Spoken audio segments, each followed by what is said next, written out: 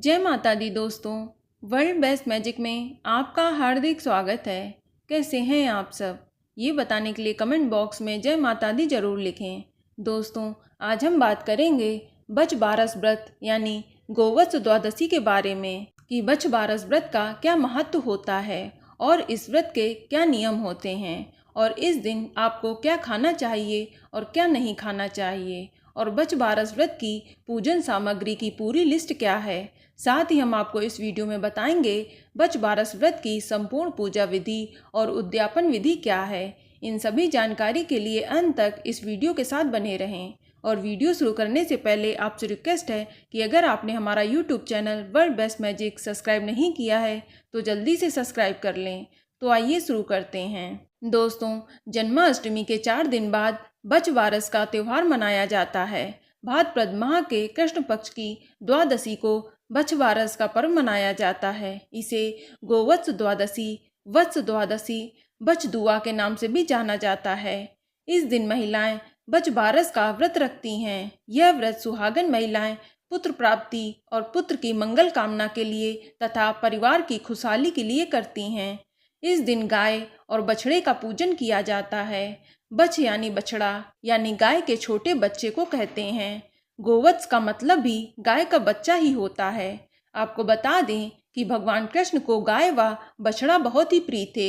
साथ ही गाय में करोड़ों देवी देवताओं का भी वास माना जाता है। ऐसा माना जाता है कि गाय व बछड़े की पूजा करने से कृष्ण भगवान के साथ साथ करोड़ों देवी देवताओं का भी आशीर्वाद मिलता है, जिससे कि परिवार में खुशहाली और संपन्नता बनी रहती है। आपको बता दें कि बच बारस के दिन हमें कुछ नियमों का भी ध्यान रखना चाहिए, जैसे इस दिन गाय का दूध और दूध से बने पदार्थ जैसे दही, मक्खन, घी आदि का उपयोग नहीं करना चाहिए। इसके अलावा इस दिन गेहूं और चावल तथा इनसे बने सामान भी नहीं खाने चाहिए। साथ ही इस दिन भोजन में चाकू से कटी हुई किसी भी तरह की चीजों का सेवन नहीं किया जाता है। आपको बता दें, इस दिन अंकुरित अनाज जैसे चना, मोठ, मूंग, मटर आदि का उपयोग किया जाता है और भोजन में बेसन से बने आहार जैसे कढ़ी, पकौड़ी, भजिया आदि तथा मक्के, बाजरे व ज्वार आदि की रोटी तथा बेसन से बनी मिठाई का उपयोग किया जाता है। इस दिन गाय के दूध की जगह भैंस या बकरी के दूध का उपयोग किया जाता है। चलिए अब बात करते हैं कि बच बारस पूजन की सामग्री के बारे में, जो इस प्रकार है। बच बारस का पटा बनाने के लिए गीली मिट्टी, पूजा के लिए भैंस का दूध और दही, भीगा हुआ चना और मोठ लें। मोठ बाजरे में घी और चीनी मिलाकर बनाया जाता है। पूजा में उगे हुए मोठ बाजरी और बाजरी के आटे के 4 पिंडियाँ लेते हैं। इसके अलावा चने की दाल का लड्डू, कच्चा दूध, मेहंदी, मौली, रोली, अक्षत, फूल माला, गुड़ सुपारी, पैसे, जनेऊ या ब्लाउज पीस और श्रीफल आदि चीजों की आवश्यकता होती है। चलिए अब बात करते हैं बच बारस की पूजा विधि के बारे में, जो इस प्रकार है। व्रत के दिन सुबह जल्दी उठकर नहा धोकर शुद्ध कपड़े पहन लें और पूजा की सामग्री तैयार करें। फिर दूध देने वाली गाय और उसके बछड़े को साफ पानी से नहलाकर शुद्ध करें। उन्हें नए वस्त्र ओढ़ाएं और फूल माला पहनाएं और उनकी सींगों को सजाएं और उन्हें तिलक करें। गाय को रोली का टीका लगाकर चावल के स्थान पर बाजरा लगाएं। गाय और बछड़े को भीगे हुए अंकुरित चने, मूंग, मोठ, बाजरे, मटर, जौ की रोटी आदि खिलाएं। गौ माता के पैरों की धूल से खुद के तिलक लगाएं और इसके बाद वत्स द्वादशी की कथा सुनें और गौ माता की आरती करें।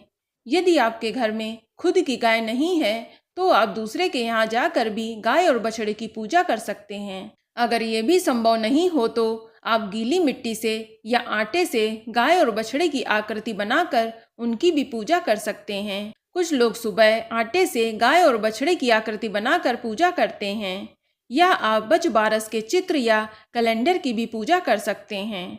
आप बच बारस का पटा बनाने के लिए लकड़ी के पटे पर गीली मिट्टी से 7 गाय, 7 बछड़े, 1 तालाब और 7 ढक्कन वाले कलश बनाएं।